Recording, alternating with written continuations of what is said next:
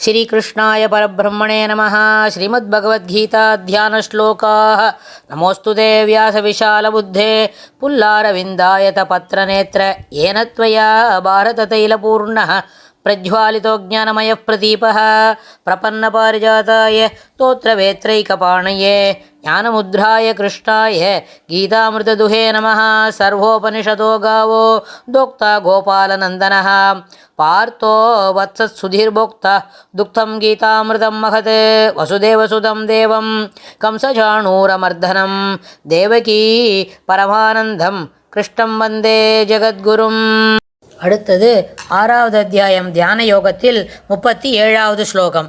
அர்ஜுன உவாச்ச அயதி ஸ்ரத்தயோ பேதோ யோகாச்சலிதமானசः அப்ராப்ய யோகசம்சித்திம் காம் கதிம் கிருஷ்ண கச்சதி.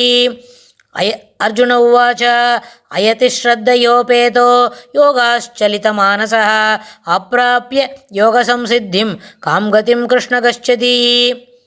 மறுபடியும் இந்த 36வது ஸ்லோகத்தில், போன ஸ்லோகத்தில் பெருமாள் என்ன சொன்னார்?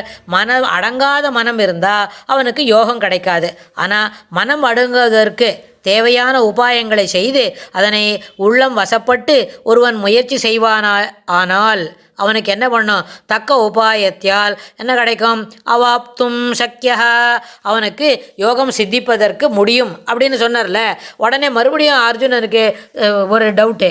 என்ன கேட்குறப்பா, இப்போ தான் சொன்னேன் அது காற்றுல போகிறது மாதிரி இருக்கும், காற்றை பிடிச்சி ஒரு டப்பிக்குள்ளே போட்டு அடைச்சி வைன்னு சொல்கிறது எவ்வளோ சிரமமோ அதுபோல தான் மனசை அடக்கி வைக்கிறது. மறுபடியும் நீ அடங்குவதற்கு ஓடிக்கொண்டிருக்கிற மனதை அடக்குவதற்கு உபாயத்தால் முடியும், சக்கியா அவாப்தும் அப்படின்னு சொல்கிறியே அப்படின்னு கேட்டுட்டு, சரிப்பா பாதி சொன்னோம். ஒரு 4-5 ஸ்லோகத்துக்கு முன்னாடி நம்ம ஒரு கருத்து பரிமாறிக்கிட்டோம். என்னது அந்த பரிமாறின்ற கருத்து என்னதுன்னு கேட்டால், படிச்சுன்னு இருக்கும்பொழுது ஒருத்தன் ட்ராப் அவுட்ஸு அப்படின்னு சொன்னால் என்ன?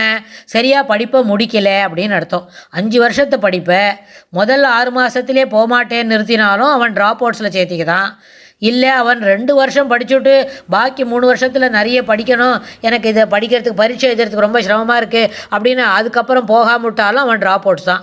இல்லை 4 வருஷம் படிச்சு விட்டான், இன்னும் ஒரே ஒரு செமஸ்டர் இருக்குது, இப்போ கையில் இருக்கிற செமஸ்டரை முடிக்கணும்னு சொன்னேன், இனிமேல்ட்டு இப்படி பண்ண முடியாது அப்படின்னு அவன் அந்த படிப்பை பாதியில் நிறுத்தினாலும் அவன் பேர் ட்ராப் அவுட்ஸ் தான். ஏன்னா அவனுக்கு எடுத்துக்கொண்ட அந்த பட்ட படிப்பையோ பட்ட மேற்படிப்பையோ அவன் சரியாக முடிக்கவில்லை.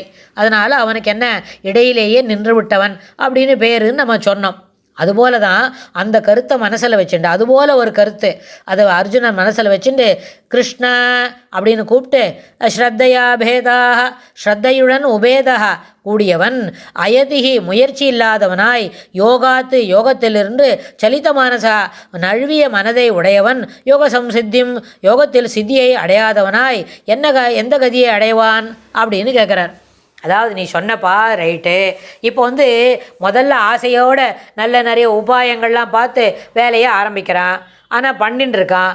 ஆனால் என்ன பண்ணுறது, அதில் ஒரு விதமான முயற்சியும் அவன் பண்ணுறதெல்லாம் அவனுக்கு பலன் அளிக்கலை.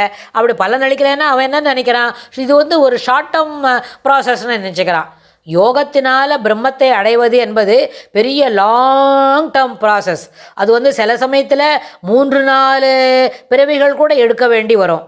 சரணாகதி பண்ணாமல் நம்ம என்ன யோகத்தினாலேயே பிரம்மத்தை அடையலாம் அப்படின்னு, பிரம்மத்தை அடைந்து இன்புறலாம் அப்படின்னு நினச்சின்றவனுக்கு இப்போ இந்த பிறவியில் ஆரம்பித்தா இப்போவே நடக்காது. மோரோவர் இந்த பிறவியில் அவன் பிறந்தண்ணிலேருந்து யோகத்தை அபியசிக்க முடியாது. யோகம் என்ன ஒன்று இருக்குது, அதற்கு மனதை அடங்க வேண்டும், அதற்கு மேல் இதை அனைத்தையும் செய்ய வேண்டும், அதற்காக தொடர்ந்து முயற்சி செய்ய வேண்டும். அப்புறம் என்ன தர்ப புல் மேலே உக்காந்துருக்கணும் அப்படின்லாம் பெருமாள் இப்போ சொல்லி கொடுத்தாரு ஒரு 26 ஸ்லோகத்தில். அந்த முயற்சியெல்லாம் புரிஞ்சுக்கிண்டு அதை முதல்ல கற்றுக்கிண்டு அதை புரிஞ்சுக்கிண்டு அதுக்கப்புறம் அதுபோல் அனுசரித்து அவன் மேலுக்கு வரான் அப்படின்னு சொன்னால், அதற்கு இந்த பிறவிலேயே ஒரு கணிசமான வயசை தாண்டிருக்கும். இந்த பிறவி முடியறதுக்கு இந்த பாக்கி உள்ள காலத்தில் அது அத்தனையோ செய்து அடைய முடியுமான்னு தெரியாது. அதனால் என்ன ஆகும், ஒரு பிறவி 2 பிறவின்னு it is a long term process. துளி துளியாக அதை முயற்சி பண்ணணும். அப்படி இருக்கும்போது போன ஜென்மத்தில் எது வரைக்கும் பண்ணிட்டு விட்டோம் அதுவே நம்மளுக்கு தெரியாது. அப்படி இருக்குச்சே யோகத்தில் முயற்சி இல்லாதவனாய் யோகத்தை நின்று யோகா சலித மானசா, அதாவது மனம் அதிலிருந்து நழுவி இந்த யோகம் செய்வதையே விட்டுவிட்டால் மேலும் நழுவிய மனத்தை உடையவன் யோக சம்சித்தியும் யோகத்தில் சித்தியை எங்கனம் அடைவான்? அது அவனுக்கு அப்புறம் பாதி விட்டுட்டு போகிறானே, அவனுக்கு என்ன கதி கிடைக்கும்? இது என்ன சமாச்சாரம், இதை கொஞ்சம் சொல்லுங்களேன் அப்படின்னு அவனுக்கு டவுட் வருது இல்லை.